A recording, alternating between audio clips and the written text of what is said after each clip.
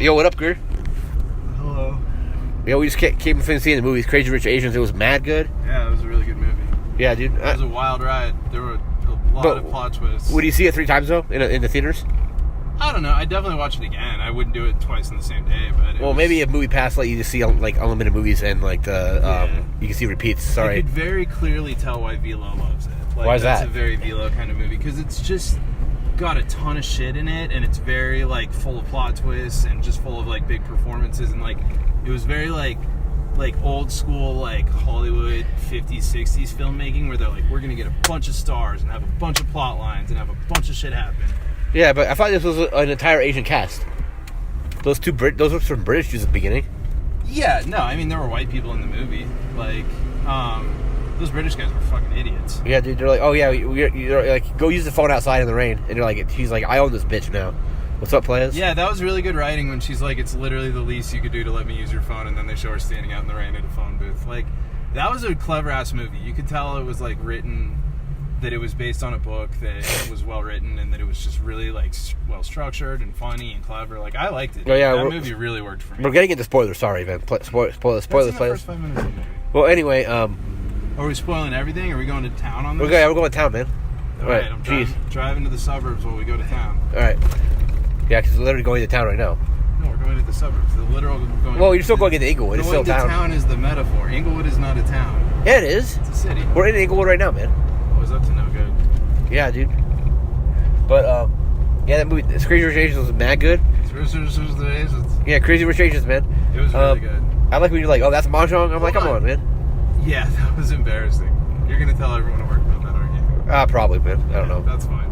So here's the thing. We're not gonna get into work talk. Here's the thing I was wondering about. Do you think that Nick Young is BM because he didn't tell her about that? Tell her about what? Any of it. Like, she didn't know what his real life was. She didn't know who he was as a person. Maybe he was trying to, like, get away from that. Like, all of the experiences that shaped him and the place that he came from, like, as a literal physical building with his family members in it, like, she didn't know anything about any of that shit. Any of his life experiences. Like, maybe because that was the only thing that I wish the movie had more of, was, like, one scene of them in New York just, like, living their regular lives before all this started. Like, they were eating dinner. Right, but, like, a scene of them, like, at a bar with some friends just hanging out when she thinks he's a regular guy. Like, I wanted to see that dynamic when he's kind of faking it. Because he was faking it. That was a deceptive, like, artifice on their relationship. And I understand why he did it. Because telling someone you're that wealthy is a game changer in a lot of relationships. But, like, that was... I don't know. I thought maybe. I found, like, a part of myself that was like, I don't know if this dude is worth it.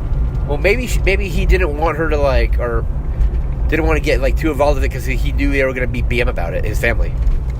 I don't know, man. Yeah, no, that was definitely part of it, but at the same time, like, you have to... Oh, yeah, BM means like, bitch pay for people that are listening at home. Man, you're really posting this, aren't you? Maybe, I don't know. No, I think you should. See. I think you should. This is how we go viral.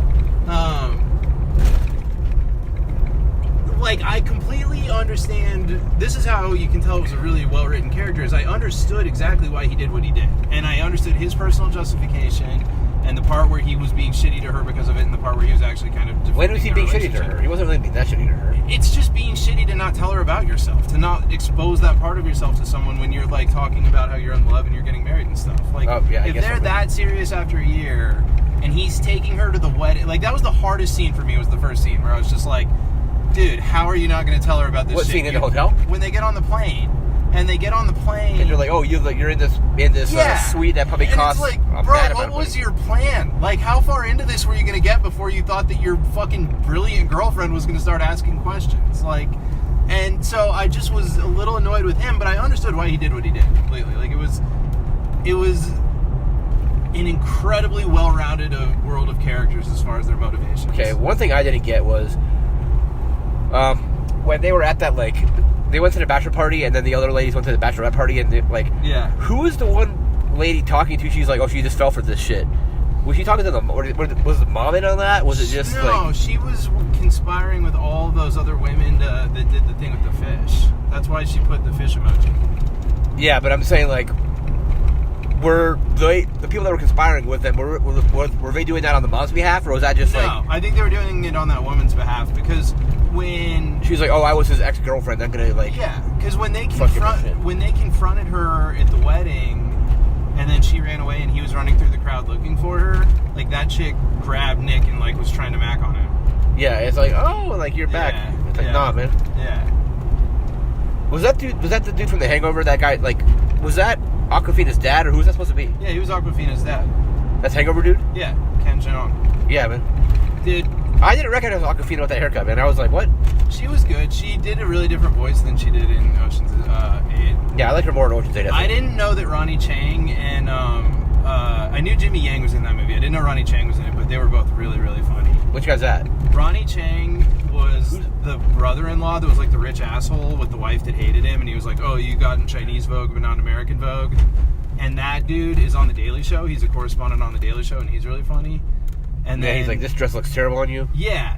And then Jimmy Yang is he was like the fucking celebrity, like the dude that was wearing all the gold. The guy who was firing like rocket launchers. Yeah. That guy is on Silicon Valley. That guy reminds me of Passan. Yeah. He's like, nobody knows who Passan is, but yeah, no, that's really funny. He's really funny on Silicon Valley though. He's really good. Dude, that was a good ass movie. I really enjoyed the shit out of it. Like it, because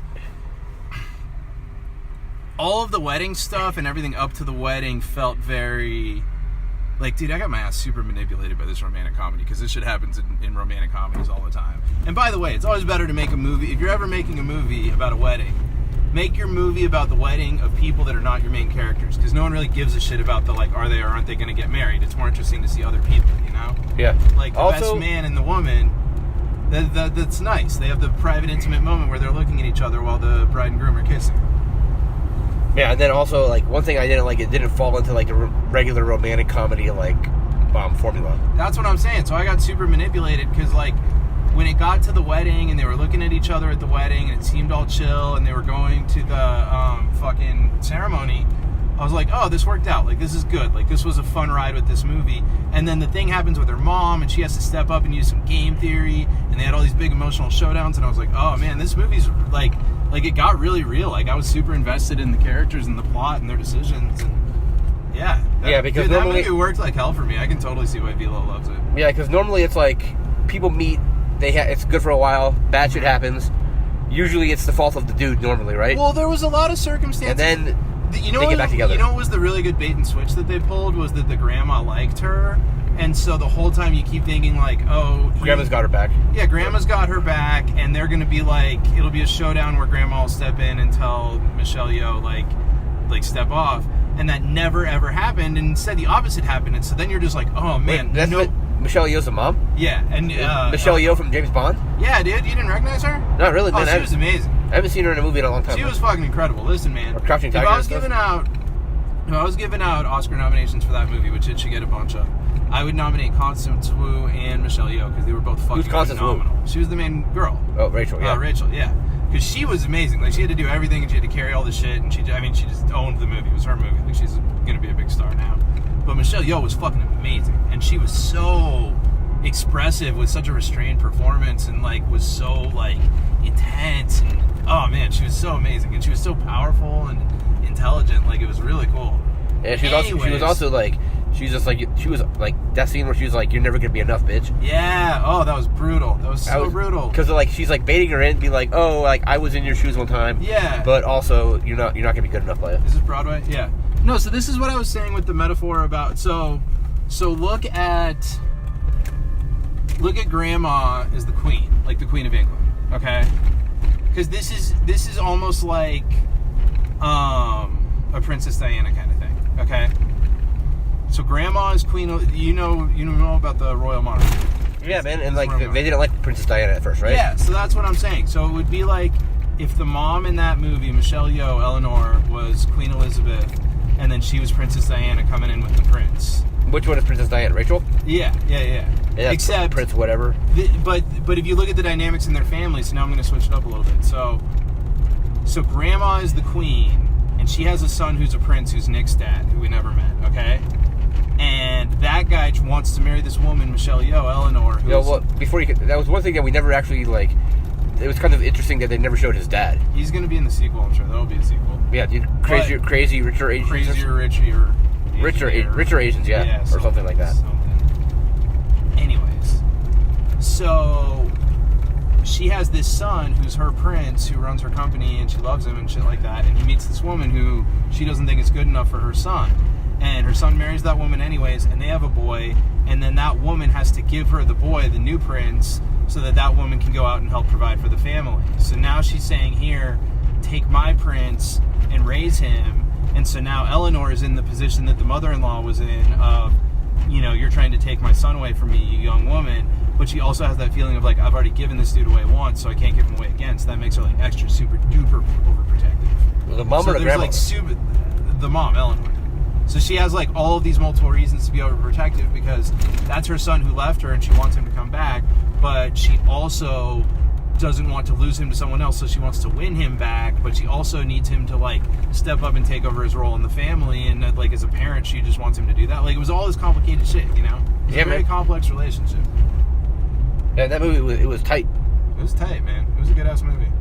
But I didn't like that those, like, a lot of those, like, family members were scheming like crazy, man. Oh, well, that was the other thing with that movie, was so much of it was about class, because, like...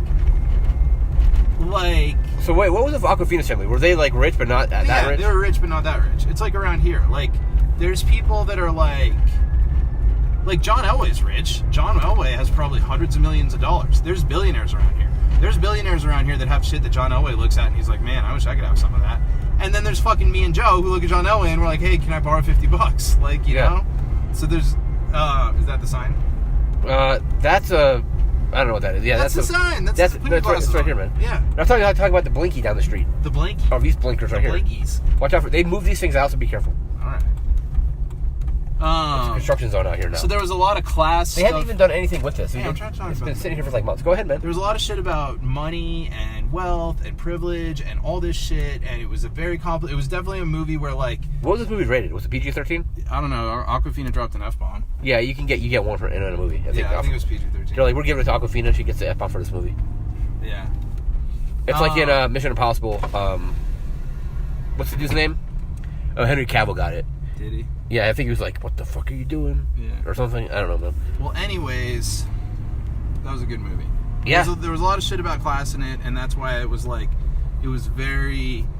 Like, that was commentary on class. So they fly at the beginning of this journey, and she goes up to his world where they're in first class, and everything's perfect, and they got champagne and shit like that. And for her to marry him, he has to come down to her world, and he has to go walk through coach and help sweaty people put their bags away and, like, bump into people and shit like that. You know, like, that was... Like, there was a constant conversation happening between wealth and lack of wealth. Yeah, man. Yeah. So that was Crazy Rich Asians. What's the next movie we're seeing? Fuck, I don't know. What comes out this week? I don't know. We'll see something. All right. Who knows, man? Bye, hot dogs. Yeah, peace out, hot dogs. All right. That's going to do it for this episode. This is Crazy Rich Asians with Ganja Din and Boy. Gucci. Yeah, see 8th grade as well. It's mad good. All right, peace out, players.